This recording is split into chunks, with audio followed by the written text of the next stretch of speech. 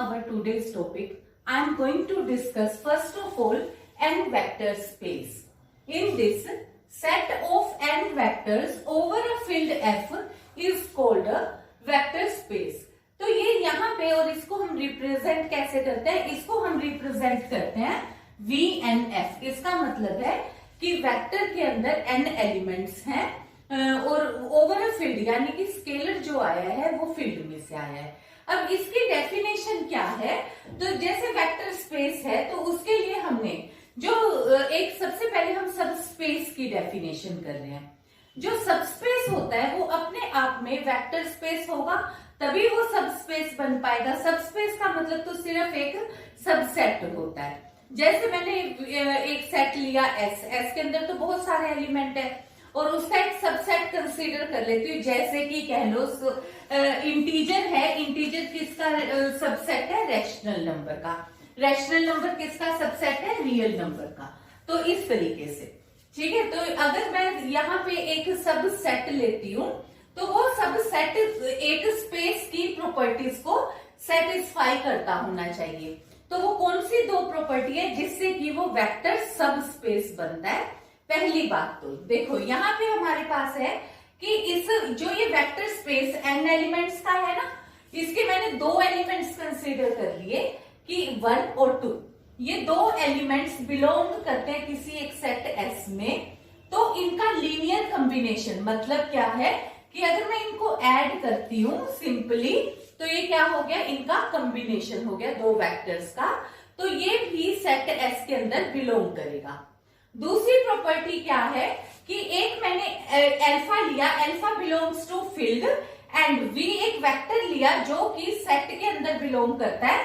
तो इसके साथ प्रोडक्ट इनकी, तो ये भी बिलोंग करेगा सेट के अंदर. तो ये अगर ये दो प्रॉपर्टीज सेटिस्फाई करता है कोई भी सेट तो वो वेक्टर स्पेस बन जाता है. अब देखो हमेशा ये ध्यान रखना है कि वेक्टर में हम हमेशा ये लीनियर कॉम्बिनेशन लेंगे. मतलब केवल और केवल 2 वेक्टर्स, 3 वेक्टर, 5 वेक्टर्स को हम ऐड कर सकते हैं.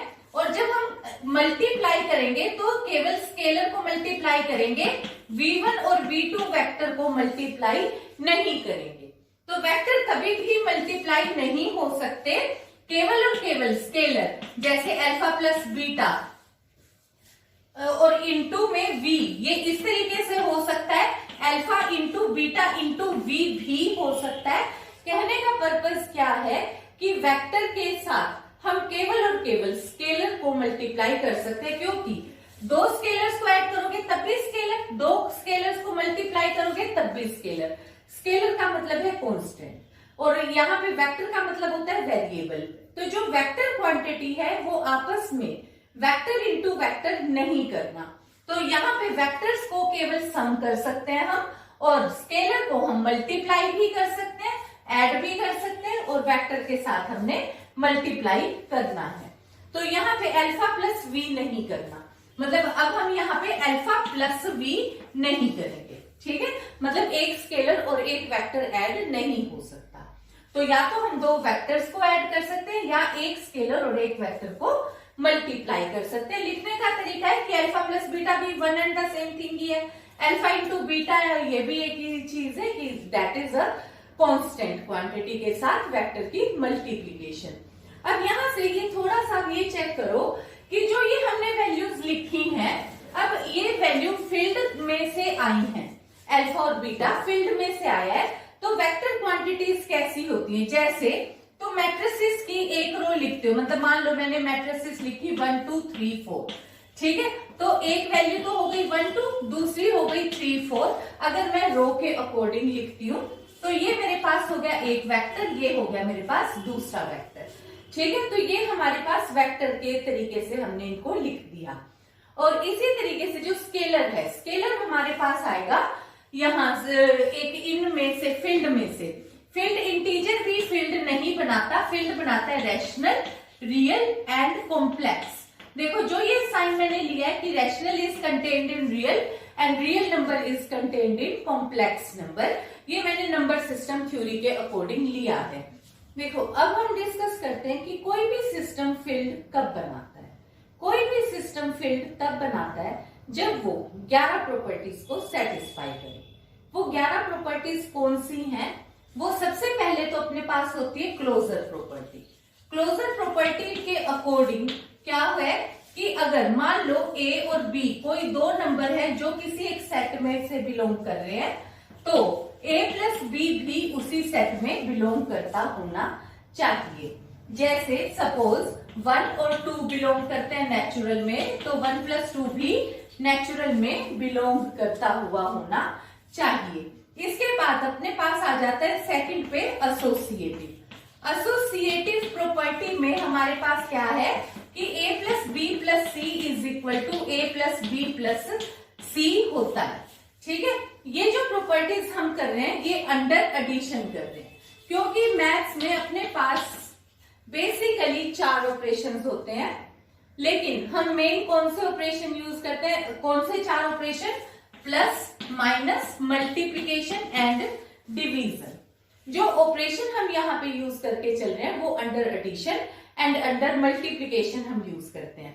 तो पहली 5 प्रॉपर्टी मैं अंडर एडिशन निकाल रही हूं, तो एसोसिएटिव। फिर थर्ड प्रॉपर्टी होती है एग्जिस्टेंस ऑफ आइडेंटिटी। फिर फोर्थ प्रॉपर्टी होती है एग्जिस्टेंस ऑफ इनवर्स। फिर फिफ्थ प्रॉपर्टी होती है कॉम्यूटेटिव। इसमें हमारे पास जो एसोसिएटिव के बाद एग्जिस्टेंस ऑफ आइडेंटिटी क्या कहती है? एग्जिस्टेंस ऑफ आइडेंटिटी में हमारे पास होता है कि ए के अंदर मैं ऐसी क्या चीज ऐड करूं कि रिजल्ट इज इक्वल टू ए ही रहे, तो एडिटिव आइडेंटिटी हमारे पास होती है 0। इसके बाद एग्जिस्टेंस ऑफ इनवर्स में मेरे पास क्या होता है कि ए के अंदर मैं क्या चीज ऐड करूं कि result is equal to additive identity आए, वो होता है -a। फिर इसके बाद हमारे पास है कॉम्यूटेटिव प्रॉपर्टी। कॉम्यूटेटिव होता है कि a plus B is equal to B plus A. अगर कोई भी सिस्टम ये 5 प्रॉपर्टीज सेटिस्फाई करता है तो वो ग्रुप बनाता है। अगर तुम ग्रुप से रिलेटेड प्रॉपर्टीज देखना चाहते हो तो ये बीएससी फाइनल के फर्स्ट लेक्चर में देख सकते हो। तो ये वहां पे हमने डिटेल में डिस्कस करा है 5 प्रॉपर्टी अंडर एडिशन। बिल्कुल यही सेम 5 प्रॉपर्टी अब अंडर मल्टीप्लीकेशन हो जाती है। अब देखो जब हमने एडिशन के अकॉर्डिंग किया तो 0 क्योंकि नेचुरल नंबर नहीं होता, तो 0 नेचुरल नंबर में नहीं होता, तो इस करके जो सिस्टम है जो हमने कहा 1 2 बेशक से नेचुरल नंबर है, natural is contained in whole, whole is contained in integer, integer in rational, rational is real, real in complex. ये नंबर सिस्टम हमारे पास है, पर हमने क्या किया कि अपन ने नेचुरल नंबर छोड़ दिया, क्योंकि नेचुरल नंबर के अंदर एडिटिव आइडेंटिटी एग्जिस्ट नहीं करती। ठीक है, फिर हमने होल नंबर छोड़ दिया। होल नंबर क्यों छोड़ दिया? क्योंकि अगर मेरे पास यहाँ पे 2 है तो 2 का इनवर्स मेरे पास कितना हुआ? -2। -2 भी मेरा नहीं एग्जिस्ट करता, इसलिए मैंने ये 2 प्रॉपर्टीज छोड़ दी। अंडर एडिशन मेरी ये सारी बाकी प्रॉपर्टीज, ये सारे नंबर सिस्टम सेटिस्फाई करते थे। अब इसके बाद मैंने क्या ले लिया? अब मैंने यही काम दोबारा से रिपीट कर दिया फॉर मल्टीप्लीकेशन। मल्टीप्लीकेशन में मैंने यहाँ पे a इंटू बी के लिए कह दिया, यही 5 प्रॉपर्टी अब 10 बन गई। अब यहाँ पे a into B into C, a into B into C. यहाँ पे existence of identity, existence of identity में क्या है कि a के अंदर मैं क्या मल्टीप्लाई करूं कि result is equal to a ही रहे, तो ऐसा नंबर हमारे पास 1 होता है। 1 इज द मल्टीप्लिकेटिव आइडेंटिटी। तो यहाँ पे अपने पास अब 1 हो गया। इसके बाद है कि ऐसी क्या चीज मल्टीप्लाई करूं a के अंदर इनवर्स के लिए कि result is equal to multiplicative identity आ जाए। तो इसके लिए ऑब्वियसली मेरे को 1/a करना पड़ेगा, यानी कि 2 है तो 1/2 इसका इनवर्स हुआ। अब मेरे पास क्या हुआ? इंटीजर भी इस कैटेगरी से हट गया। तो इंटीजर में, क्योंकि अगर मेरे पास इंटीजर में 2 है तो 1/2 तो नहीं होता, 3 है तो 1/3 नहीं होता। तो इसलिए जो कंप्लीट नंबर सिस्टम मेरे पास बन रहा है वो कहां से स्टार्ट हुआ? वो बन गया रैशनल, रियल एंड कॉम्प्लेक्स, और ये ही तीनों फील्ड बनाते हैं। तो ये चीज का ध्यान रखना कि यही तीनों हमारे फील्ड के एलिमेंट्स इनमें से आते हैं। तो ये अपने पास अब रिजल्ट में existence of identity, existence of inverse, बिल्कुल सेम कम्यूटेटिव। अब एक और इसके अलावा प्रॉपर्टी होती है, वो प्रॉपर्टी होती है डिस्ट्रीब्यूटिव। डिस्ट्रीब्यूटिव प्रॉपर्टी में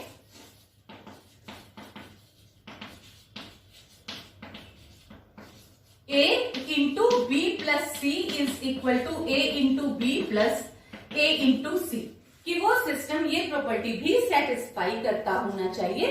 तो ये जो कोई भी सिस्टम ये 11 प्रॉपर्टीज सेटिस्फाई करता है तो वो फील्ड बनाता है। और हम ये डिस्कस कर चुके हैं कि रैशनल, रियल और कॉम्प्लेक्स हमारा फील्ड बनाता है। अब इसके बाद अब आ जाते हैं दोबारा से सब स्पेस स्पैन्ड बाय। तो यहाँ पे अपने पास अब क्या है, subspace spanned by set of vectors. अब हमारे पास यहाँ पे सब स्पेस स्पैन्ड है क्या, कि एक हमने सेट लिया जिसके अंदर V1, V2, Vn एलिमेंट है। तो अगर हम कहते हैं कि ये सारे के सारे वेक्टर मतलब कोई भी एक सेट है, यानी कि अगर मैं उस सेट का कोई भी एलिमेंट इन वेक्टर्स के लीनियर कॉम्बिनेशन की शेप में दिखा पाऊं तो वो मेरे पास सब स्पेस स्पैन्ड होगा। तो यहाँ पे अब ये वाली वैल्यू फिर दोबारा आ जाओ कि बेसिस कैसे होगा। बेसिस होगा कि the subspace is LS equal to V होना चाहिए। पहली बात तो कि ये लीनियरली मतलब यहाँ पे जो सबस्पेस स्पैन्ड होना चाहिए, लीनियर कॉम्बिनेशन होना चाहिए। और दूसरा है the set should be linearly independent. अब हो सकता है कि तुम्हें ये चीज समझ ना आई हो, अब इस चीज को दोबारा से समझो। देखो जैसे अगर मैंने कहा कि जैसे V1, V2, Vn, इसकी जगह पे तुम आ जाओ कि मैंने एक एलिमेंट लिया 1 0 0 0 1 0 0 0 1। मैंने बिल्कुल इजी शेप में लिखने की वजह से मैंने V3 का स्पेस लिया over field of real number system. R का मतलब है कि रियल नंबर सिस्टम पे मैंने एक फील्ड ले लिया। तो ये वाली वैल्यू, ये 3 एलिमेंट है, देखो 1 2 3 1 2 3, हर एक एलिमेंट में 3 एलिमेंट है। अब क्योंकि सेट है, सेट के अंदर तो इससे ज्यादा एलिमेंट हो सकते हैं, कितने भी एलिमेंट हो सकते हैं। एंड का मतलब यहाँ पे ये नहीं कि सपोज मैं यहाँ पे T लिख देती हूँ कि कितने भी मर्जी एलिमेंट्स हो सकते हैं किसी भी सेट के अंदर। तो अब इनसे अलग कोई एक एलिमेंट है, सपोज मैंने मर्जी से मेरे से 5 7 और 8 लिखा गया, ठीक है, मैंने अपनी मर्जी से 5 7 8 लिख दिया। तो अब 5 7 8 को मैं इन 3 का ही लीनियर कॉम्बिनेशन दिखाना है। देखो जितने से स्पेस स्पैन्ड होता है उसमें मैक्सिमम उतने ही सेट लीनियरली इंडिपेंडेंट होते हैं। तो यानी कि 3 का स्पेस है, तो यानी कि maximum number of linearly independent set कितने होंगे, एलिमेंट कितने होंगे, 3। अब ये चौथा एलिमेंट हो गया, चौथा एलिमेंट है तो यानी कि ये चौथा एलिमेंट इन 3 का लीनियर कॉम्बिनेशन होगा। यानी कि मैं देखो इसको लिख सकती हूँ 5 1 0 0 प्लस 7 0 1 0 प्लस 8 0 0 1। तो यानी कि मैंने इसको देखो कैसे लिखा अब आगे भी कि ये जो एलिमेंट है, दिस एलिमेंट मतलब ये सेट का कोई भी element can be expressed as linear combination of vectors, ठीक है, 5 7 8। और जो ये लीनियर कॉम्बिनेशन जिनके शेप में लिखा है ये लीनियरली इंडिपेंडेंट होते हैं। अब ये लीनियरली इंडिपेंडेंट कैसे हैं? लीनियरली इंडिपेंडेंट के लिए अब यानी कि मेरे को ये शो करना है कि ये 3 एलिमेंट लीनियरली इंडिपेंडेंट है। इसको मैं कैसे शो करूंगी? मैंने इसके आगे एक वैल्यू अल्फा 1 मल्टीप्लाई किया प्लस अल्फा 2 प्लस अल्फा 3, और अपने को ये पता है कि अगर चाहे लीनियरली इंडिपेंडेंट हो डिपेंडेंट हो अपन इक्वेट करते हैं 0 0 0 के, क्योंकि 3 का स्पेस है तो वहां पे भी एंट्री कितनी आएगी 0 0 0। अब देखो जब मैंने पहले को इक्वेट किया तो देखो पहले नंबर पे आया अल्फा 1 प्लस 0 यानी कि alpha 1 equal to 0, alpha 2 equal to 0, alpha 3 is equal to 0। यहां से मेरे पास कितना आया कि जितने भी स्केलर्स थे वो सारे के सारे 0 हैं जिनके साथ मैंने मल्टीप्लाई करा 3 का स्पेस। तो ये वाली वैल्यू, क्योंकि आप क्या कहते हैं कि सेट कभी भी लीनियरली इंडिपेंडेंट कब होगा, कि अगर उनके साथ के वैल्यू मल्टीप्लाई करे हुए स्केलर्स सबके सब 0 आ जाए। तो यहाँ पे मेरे पास अल्फा 1, अल्फा 2, अल्फा 3 तीनों सेपरेटली 0 आ गए, और इन 3 एलिमेंट्स से अलग अगर कोई चौथा एलिमेंट है उसके अंदर, सेट के अंदर, तो वो एलिमेंट इन 3 एलिमेंट्स का लीनियर कॉम्बिनेशन होगा। तो इस चीज को हम कहते हैं बेसिस। बेसिस में क्या चीज हमने करी, the subspace is spanned by vectors, मतलब सेट एस जो ये है वेक्टर्स से स्पैन होगा, L V is equal to S होगा। ठीक है, कि वेक्टर्स का लीनियर कॉम्बिनेशन है वो एस के बराबर होगा, और जो सेट है वो उस के अंदर एक linearly independent element maximum number of N ही होगी, क्योंकि अगर हम वेक्टर स्पेस स्पैन्ड बाय, इसमें इनफाइनाइट वेक्टर इंडिपेंडेंट नहीं हो सकते। तो जब भी एलिमेंट फाइनाइट होंगे तो ही लीनियरली इंडिपेंडेंट या डिपेंडेंसी चेक की जा सकती है। अगर इनफाइनाइट है तो डिपेंडेंट ही होगा, अगर फाइनाइट है तभी आप इंडिपेंडेंट चेक कर सकते हैं।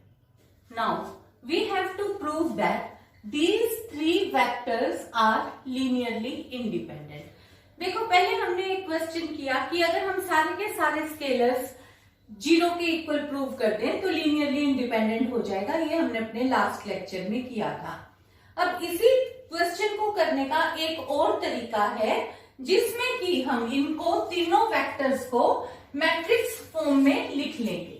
मैट्रिक्स फॉर्म में लिखा तो A can be written as like this, तो ये एक मैट्रिक्स बन गई। अब देखो जो हमने निकाला है, हमने रैंक निकाला, रैंक के लिए हमने क्या किया कि अगर इस मैट्रिक्स का डिटर्मिनेंट नॉट 0 है तो इसका रैंक 3 हो जाएगा, अदरवाइज फिर हम सब मैट्रिक्स निकालते हैं। अब यहाँ क्या चीज है कि ये वाली जो मैट्रिक्स है अगर इसके अंदर 3 नॉट 0 रोज हैं, यानी कि हम इसे एक्लन फॉर्म में रिड्यूस कर दें, तो जैसे कि ये बाय चांस हमारे पास एक्लन फॉर्म है, देखो डायगोनल के नीचे वाली एंट्रीज 0 है, ये बाय चांस ही इस तरीके की थी तो मुझे पता लग गया देखते ही कि ये एक्लन फॉर्म में है जिसके अंदर 3 नॉन 0 रोज हैं, क्योंकि देखो ये 1 2 3 एलिमेंट्स है एक सेट के अंदर, तो यानी कि जो ये स्पेस है वो V3 वाला स्पेस है, ये V3F टाइप का स्पेस है। तो ये जो ऐसे हम n एलिमेंट्स कहते हैं n स्पेस, तो ये V3F टाइप है। ठीक है, तो इसके अंदर मतलब पर एलिमेंट तो और भी ज्यादा हो सकते थे, सपोज 5 6 7 होता, पर तुम्हें ये पता होना चाहिए कि अगर एक स्पेस 3 का है तो maximum linearly independent element maximum 3 ही हो सकते हैं, अगर 3 से ज्यादा है तो ऑब्वियसली वो लीनियरली डिपेंडेंट होंगे। तो यहाँ हमें ये 3 एलिमेंट दिए हुए थे, हमने यहाँ पे ये चेक किया तो ये एक्लन फॉर्म था, तो यानी कि इसके अंदर देखो 1 2 और 3 नॉन 0 रोज है, कितनी भी कोशिश कर लो ये 0 नहीं बन सकता, तो ये अपने पास हो गया कि ये लीनियरली इंडिपेंडेंट होंगे। और लीनियरली इंडिपेंडेंट के साथ ही अगर मेरे से इसका रो स्पेस भी पूछा जाए तो मैं क्या बता दूंगी, row space is equal to 3। तो जितनी लीनियरली इंडिपेंडेंट रोज किसी सिस्टम में होता है वो उसका रो स्पेस कहलाएगा। बिल्कुल सेम कॉलम स्पेस, देखो 1 2 3, कॉलम स्पेस भी इसका 3 है, तो रो स्पेस और कॉलम स्पेस, और ये जो रो स्पेस है वो इक्वल टू कॉलम स्पेस होता है, क्योंकि जैसे अगर अपने पास ये मैट्रिक्स है, अगर मैं इसको ट्रांसपोज कर दूंगी तो अगर रो स्पेस था वो कॉलम में शिफ्ट हो जाएगा, और डिटर्मिनेंट अगर पहले नॉन 0 था तो अभी भी नॉन 0 ही रहेगा, तो इसलिए ट्रांसपोज से हमारे पास कोई इफेक्ट नहीं पड़ता, और row space is equal to column space. अब एक मेथड और है, अब जैसे ये सेकंड क्वेश्चन है, सेकंड में देखो अब हमें मैट्रिक्स की ही फॉर्म बना के दी हुई है, चाहे मैट्रिक्स की फॉर्म दी हो चाहे इस तरीके के वेक्टर्स की फॉर्म दी हो, तो हम इसको मैट्रिक्स की फॉर्म में लिख लेंगे। देखो डिटर्मिनेंट केवल और केवल 3/3 4/4 यानी कि n/n टाइप का ही निकल सकता है, तो ये मैट्रिक्स वाले मेथड से हम केवल तभी क्वेश्चन कर सकते हैं अगर वो 3 ही मतलब 3/3 की मैट्रिक्स या 4/4 की बना रही हो, अगर 3/4 है तब नहीं। तो ये इंडिपेंडेंट वाले और डिपेंडेंट वाले मेथड्स में तो तुम्हें करना क्या है, तो उस केस में तुम्हारे को देखो डिटर्मिनेंट तुम्हें फाइंड आउट करना आता है, मैंने डायरेक्ट लिख दिया कि पहले हमने ये वाली मैट्रिक्स को नाम दे दिया A, मैंने इसका डिटर्मिनेंट फाइंड आउट किया, डिटर्मिनेंट आ गया इसका 8 which is not equal to 0, तो यानी कि ये नॉन सिंगुलर मैट्रिक्स हो गई। तो इसका मतलब इसके अंदर मेरे पास 3 इंडिपेंडेंट रोज हैं और इसका रो रैंक मेरे पास कितना हो गया 3, कॉलम रैंक भी ऑब्वियसली 3 है और ये मेरे पास लीनियरली इंडिपेंडेंट है। तो अगर ये डिटर्मिनेंट नॉट इक्वल टू 0 आएगा तो इंडिपेंडेंट होगा, अगर यही डिटर्मिनेंट इक्वल टू 0 आ जाता जैसे कि अगले क्वेश्चन में आया है। अब ये देखो 1 2 3 मेरे पास एलिमेंट्स दिए हुए, मैंने इनको क्या किया देखो, चाहूं तो मैं इनको ऐसे भी कर सकती थी, alpha 1 into 2 minus 1 3 plus alpha 2 8 2 0 plus alpha 3 0 1 minus 2 equal to, फिर वो 0 0 0 ऐसे भी निकाल सकते हैं, ये हम लास्ट लेक्चर में कर चुके। आज हम दूसरे मेथड से कर रहे हैं कि मैंने मैट्रिक्स फॉर्म में लिखा, फिर इस मैट्रिक्स का डिटर्मिनेंट फाइंड आउट किया, जब मैंने डिटर्मिनेंट फाइंड आउट किया तो ये 0 आ गया। अगर किसी भी मैट्रिक्स का डिटर्मिनेंट 0 आ जाता है तो वो हमारे पास लीनियरली इंडिपेंडेंट होगा। तो ये अपने पास अगर लीनियरली इंडिपेंडेंट और डिपेंडेंट डायरेक्ट निकालने के लिए तो तुम क्या करोगे, डिटर्मिनेंट फाइंड आउट करोगे, अगर डिटर्मिनेंट 0 आ गया तो डिपेंडेंट है, डिटर्मिनेंट नॉट 0 आ गया तो इंडिपेंडेंट है। तो अब इसी तरीके से फिर अपने पास एक क्वेश्चन और है जिसमें हमारे को कहा है कि ये एक मैट्रिक्स की फॉर्म दी हुई है और कहा है कि बताओ कि ये लीनियरली इंडिपेंडेंट है या लीनियरली डिपेंडेंट है। तो हमने क्या किया, इस मैट्रिक्स का डिटर्मिनेंट फाइंड आउट किया, डिटर्मिनेंट इसका हो गया -k-9। अब जो ये इसका डिटर्मिनेंट आया है ये मेरे पास, अगर ये लीनियरली इंडिपेंडेंट के लिए मैंने क्या बताया कि should be not equal to 0, तो ये जो वैल्यू आई है this should not be equal to 0 means k should not be equal to -9 और यही मैट्रिक्स हमारे पास लीनियरली डिपेंडेंट हो जाएगी अगर डिटर्मिनेंट इक्वल टू 0 हो जाता है, यानी कि k इज इक्वल टू -9 हो जाता है। Now in this question we have to show that these 3 vectors are linearly independent। एक तो देखो हमने मैट्रिक्स वाला मेथड किया है, मैट्रिक्स वाले मेथड से हम डिटर्मिनेंट फाइंड आउट कर सकते हैं और एक मेथड अपने पास क्या है, alpha 1 v1 plus alpha 2 v2 plus alpha 3 v3 is equal to 0। अगर मैं alpha 1 equal to alpha 2 equal to alpha 3 ये तीनों 0 के इक्वल प्रूव कर दूंगी तो ये सिस्टम लीनियरली इंडिपेंडेंट हो जाएगा और अगर एक भी स्केलर नॉन 0 आ गया तो ये लीनियरली डिपेंडेंट हो जाएगा। जहां पे ये अब ये v1 है, ये v2 और ये v3, तो मैंने क्या किया, alpha 1 -1 1 2 plus alpha 2 2 -3 1 plus alpha 3 0 -1 0 equal to, अब क्योंकि ये 3 का स्पेस है तो 0 को भी मैं 3 के स्पेस में ही लिखूंगी। पहला एलिमेंट मेरे पास क्या हो गया, देखो पहला first entry equal to first entry के मैं इक्वेट करूंगी, यानी कि -alpha 1 plus 2 alpha 2 plus 0 is equal to 0। अगला मेरे पास क्या आ गया, alpha 1 -3 alpha 2 minus alpha 3 is equal to 0। Third मेरे पास कितना आ गया, देखो 2 alpha 1 plus alpha 2 is equal to 0। तो यहां से मेरे पास कितना आ गया, 2 अल्फा 1 प्लस 2 अल्फा 2, ठीक है। अब मैंने यहाँ पे क्या किया, इन दोनों को मैं सोल्व कर लेती हूँ। तो यहाँ से अगर मैं इसको 2 से मल्टीप्लाई कर देती हूँ और इन दोनों को ऐड कर देती हूँ तो मेरे पास कितना हो गया, 2 alpha 1 minus 2 alpha 1 plus 4 alpha 2 is equal to 0। ये दोनों कट गए और यहां से मेरे पास आ गया 5 alpha 2 is equal to 0। 5 can't be equal to 0, that is alpha 2 is equal to 0। Alpha 2 0 यहाँ पुट किया तो अल्फा 1 0, अल्फा 1 और अल्फा 2 यहाँ पुट किया तो अल्फा 3 इज इक्वल टू 0। तो यहां से मेरे पास क्या आ गया, all the 3 scalars are equal to 0। So system of these 3 vectors is linearly dependent. Otherwise तुम देखो इसका डिटर्मिनेंट मेथड भी निकाल सकते थे, -1 1 2 2 -3 1 0 -1 0।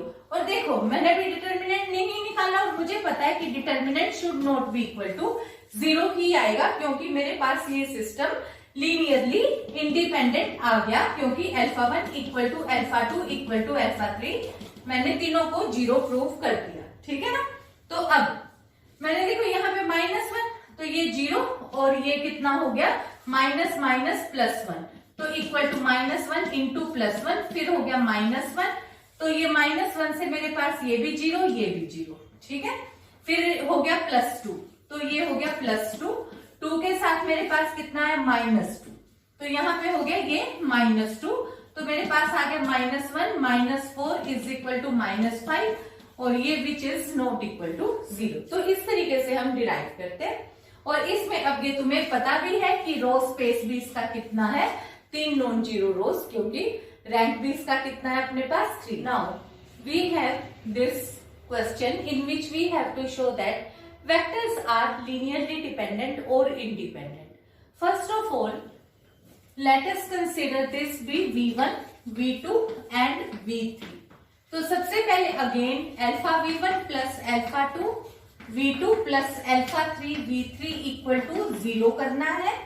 अगर हमने अल्फा 1 अल्फा 2 अल्फा 3 तीनों अगर 0 आ गए तो हमारे पास ऑब्वियसली लीनियरली इंडिपेंडेंट अगर एक भी एट लीस्ट 1 नॉन जीरो आ गया तो लीनियरली डिपेंडेंट और तो ये लीनियरली इंडिपेंडेंट। अगर तीनों इक्वल टू 0 आ गए तो यहां पे अपने पास है लीनियरली इंडिपेंडेंट और अगर एट लीस्ट 1 नॉन जीरो आ गया तो लीनियरली डिपेंडेंट। इसके लिए मैंने क्या किया alpha 1 2 -1 3 plus alpha 2 8 2 0 plus alpha 3 0 1 -2 again 3/3 का स्पेस है तो मैंने 3 की ही जीरोस लिखी। तो यहां से मेरे पास आ गया 2 alpha 1 plus 8 alpha 2 is equal to 0। Second case आ गया -alpha 1 plus 2 alpha 2 plus alpha 3 is equal to 0। Third case मेरे पास आ गया 3 alpha 1 plus -2 alpha 3 is equal to 0। यहां से मेरे पास क्या वैल्यू आ गई देखो 3 alpha 1 is equal to 2 alpha 3। तो यानी कि मैं अल्फा 3 की जगह पे वैल्यू यूज कर सकती हूँ 3/2 अल्फा 1 और इधर से अल्फा 2 की भी वैल्यू निकाल लेती हूँ। तो अल्फा 2 की वैल्यू मेरे पास कितनी आ गई alpha 2 is equal to -2 alpha 1 over 8 यानी कि alpha 2 is equal to -1/4 alpha 1। तो यहां से मैंने अल्फा 2 की भी वैल्यू निकाल ली अल्फा 3 की भी यहां पे पुट कर दी। तो -अल्फा 1 प्लस 2 अल्फा 2 अल्फा 2 की जगह पे मैंने कितना पुट कर दिया -1/4 अल्फा 1। फिर यहाँ पे है प्लस अल्फा 3 की जगह पे मैंने यूज कर दिया plus 3/2 alpha 1 is equal to 0। ये चीज आ गई। अब ये वाली वैल्यू मेरे पास कितनी बन गई -alpha 1 -1/2 alpha 1 plus 3/2 alpha 1 is equal to 0। तो यहां से मेरे पास हो गया अल्फा 1 इज इक्वल टू 0। अब ये वाली वैल्यू अल्फा 1 मेरे पास 0 आई है तो अल्फा 2 भी मेरे पास 0 हो गया अल्फा 3 भी 0 हो जाएगा क्योंकि अल्फा 3 भी किसके ऊपर डिपेंडेंट है अल्फा 1 पे। तो यहाँ पे all the 3 values alpha 1 alpha 2 alpha 3 ये तीनों वैल्यूज मेरे पास 0 है और इसलिए ये रिजल्ट मेरे पास क्या हो गया linearly independent. Now we have to show that these vectors are linearly independent or dependent. अगर डिपेंडेंट है तो इनका लीनियर कॉम्बिनेशन भी हमें बताना है। तो मैंने क्या किया मैंने इस वेक्टर को V1 इसको V2 V3 और V4 कंसीडर कर दिया। अब देखो ये यहाँ पे 4 एलिमेंट्स है एक में यानी कि ये V4F टाइप का वेक्टर स्पेस है।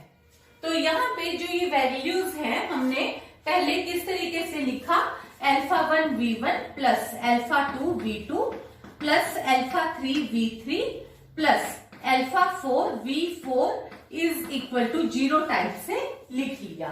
इसके अकॉर्डिंग मेरे पास क्या आ गया, देखो 2 alpha 1 alpha 2 plus 3 alpha 3 plus 6 alpha 4 is equal to 0। ऐसे ही मैंने 1 2 3 और 4 चारों इक्वेशंस लिख ली। 4 मेरे पास ये इक्वेशन आ गई, ये ऑब्वियसली होमोजीनियस इक्वेशन टाइप है, तो मैंने होमोजीनियस इक्वेशन ये 4 लिख ली। अब मैंने इनको इस तरीके से सोल्व करती गई, क्योंकि देखो यहाँ नेगेटिव थे, तो तुम्हारा जैसे दिल करता है उस तरीके से तुम सोल्व कर सकते हो।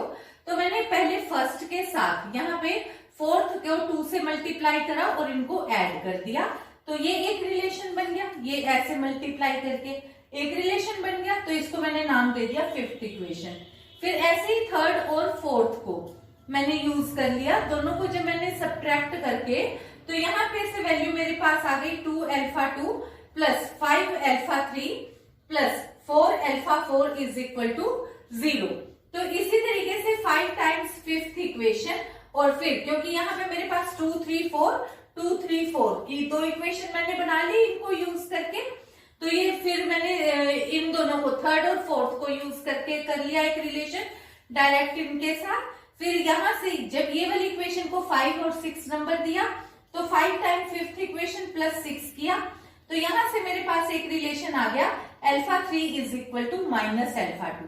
अब क्योंकि देखो होमोजीनियस है ना, तो मैंने कोशिश इसी तरीके से करी है कि दूसरी इक्वेशन को भी मैं यहां से ही निकाल लूं। तो मैंने यहाँ पे 5 times second equation plus 7 times 6 equation की, तो यहां से अल्फा 3 भी अल्फा 4 की शेप में आ गया।